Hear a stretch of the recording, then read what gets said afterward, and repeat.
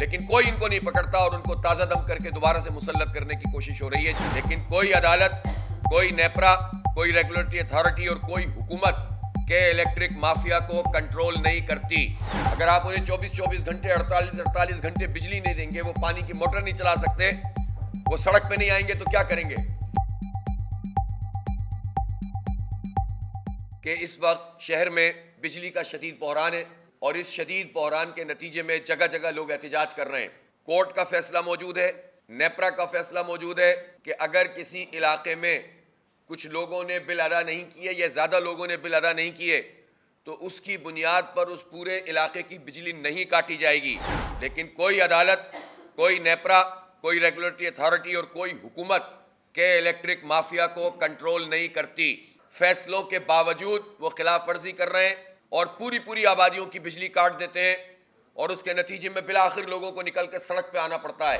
ابھی 2 دن پہلے یہاں یونیورسٹی روڈ پر جو بدترین ٹریفک جام تھا, اس کی ایک وجہ تو نااہلی ہے, پی ایس ایل کی وجہ سے جو انہوں نے یہ پورا ٹریفک پلان کو خراب کیا ہوا ہے وہ بھی مسئلہ ہے, ریڈ لائن کو جس خراب طریقے سے بنایا جا رہا ہے وہ مسئلہ ہے, اور پھر اس کے ساتھ جب احتجاج ہوا تو 4 5 گھنٹے میں لوگ اپنے گھر پہ پہنچے ہیں اور 2 کلومیٹر کا سفر کئی گھنٹوں میں طے ہوا ہے.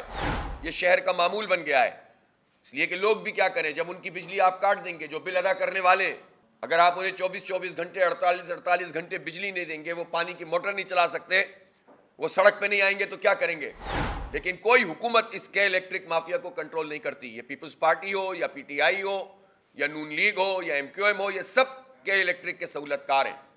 ان سے کک بیکس لیتے ہیں, ان سے پیسے پکڑتے ہیں, ایمانداری کے نعرے لگاتے ہیں, اور کے الیکٹرک مافیا اور ابراج کیپٹل سے تو پروون ہے کہ ان ساری پارٹیوں کو اس نے سپورٹ کیا, اس لیے اس کے خلاف نہیں بولتے.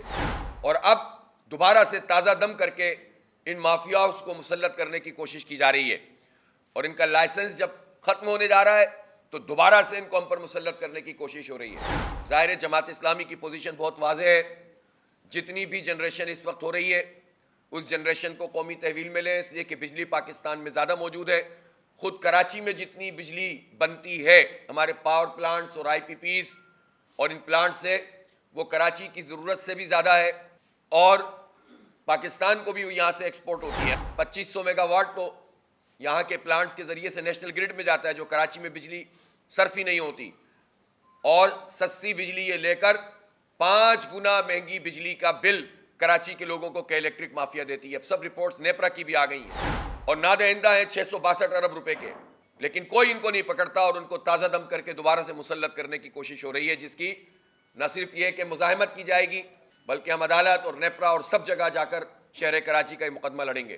ٹرانسمیشن اور ڈسٹریبیوشن میں 1 سے زائد کمپنیوں کو انوالو کیا جائے تاکہ مونوپولی ٹوٹ جائے اور لوگوں کا بھلا ہو.